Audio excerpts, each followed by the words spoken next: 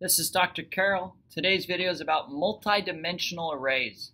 So a multi-dimensional array is an array of arrays. For a two-dimensional array, that would be a table with rows and columns. So let's look at the syntax for that. We need to have the data type, of course, to what element is going to be in the array, and it has to be uniform. Every element has to have the same data type. And then we provide the name of the array. And then we provide the number of elements in the first indice, and then the number of elements in the next indice. Here's a two-dimensional array example. And then for two-dimensional array, it's actually a convention of having the rows, then the columns, and not really a requirement. But if do follow that rule, unless you have a really good reason not to. And if you do, then clearly comment it in multiple cases, at multiple places, why that it's column rows instead of the default rows columns, because you'll mess a lot of people up, including yourself, when you go back a month later to read it. So let's look at an example. If we're going to track snowfall and we wanted to save it in each row, one row for each month, and then 31 days, and then have a float value there, we could have a two-dimensional array like this. Now we have some wasted spaces there. For example, February only has at most 29 days, but this is a simple example to show it. With a dynamic array, we could take care of that if we wanted to and only make it have the appropriate number.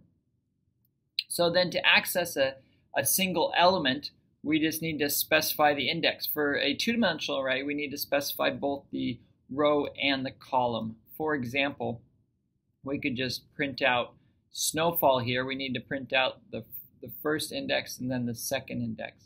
Remember that the first element of an array is at index 0, so this would refer to the second element, the 14th element. So if this was a calendar, it'd be February 14th, for example.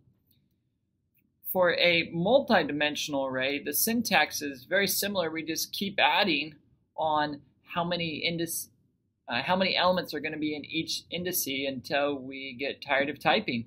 I'm sure C++ has some insane limit, but I've never hit it, and you shouldn't try and push it either. Okay? So now let's try and initialize two-dimensional arrays. So multi-dimensional arrays are just an array of arrays. So initialization works very similarly to how a single-dimensional array is initialized. Here, if we're going to hard code it, we could have the curly bracket and then a curly bracket semicolon. But since it's an array of arrays, notice this outer curly bracket set here is an array, and inside of it is another array. And for example, we do it row, row, row using the row column convention. Turns out the nested curly brackets are actually optional, but it sure makes it a lot more readable. Additionally, just like normal arrays, you can initialize every element of a multi-dimensional array to 0, which is using curly bracket 0, and then it just goes ahead and does it. If you want to zero out an array, that's probably a more efficient way to do it. So those are two multi-dimensional arrays on the stack. Let's talk about pointer-based multi-dimensional arrays, often called dynamic multi-dimensional arrays. Since they're dynamic, we need to allocate memory, for example, using new. Remember, multi-dimensional arrays are really arrays of arrays. So first, we're going to allocate the memory for the first index. Using the row column convention for a two-dimensional array, we'll allocate the memory for that row, and then for each element in that first index, then allocate memory for that second index. Let's look at an example. Here I've just defined as constants rows and columns so that they can be used throughout. And then notice here we're just having a two-dimensional array of type doubles, and it's a pointer to a pointer. It's an array of arrays. So as you look at that, if that's a little intimidating, just mentally put parentheses around it and say, okay, well, and go from the inner to the outer. So it's a pointer to something, and that pointer is a pointer to something. So it's an array of arrays. And so then first allocate the memory for the first index. So we're going to allocate an array. Notice we have new and we have the square bracket notation. And notice it is the double pointer type because it's an array of that type and not just a double. If it's just doubles, we would have 3 doubles, but we need pointers to the other one. We need pointers to the arrays.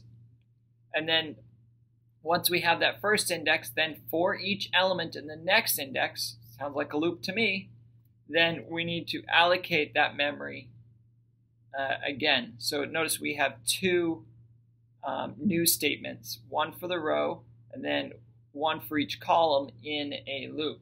That also means when we're going to free it up, we need to have 2, one in a loop and then one outside of the loop as well. And notice that this is of type double, whereas this is of type double pointer. Also, we should check to make sure that the memory was allocated properly. If not, handle that error appropriately and check it. It's a lot easier to figure out that you're running out of memory when you print it out an error rather than just things die. If your array is not a built-in type, then all the objects allocated in the array must utilize the default constructor. Keep that in mind depending on what type of object you're going to have and what your default constructor would look like. For a 3-dimensional array, we would just add another loop for allocating and consequently also for deallocating. You may consider having a multi-dimensional vector instead, which would then be a vector of vectors. That's it for today's video.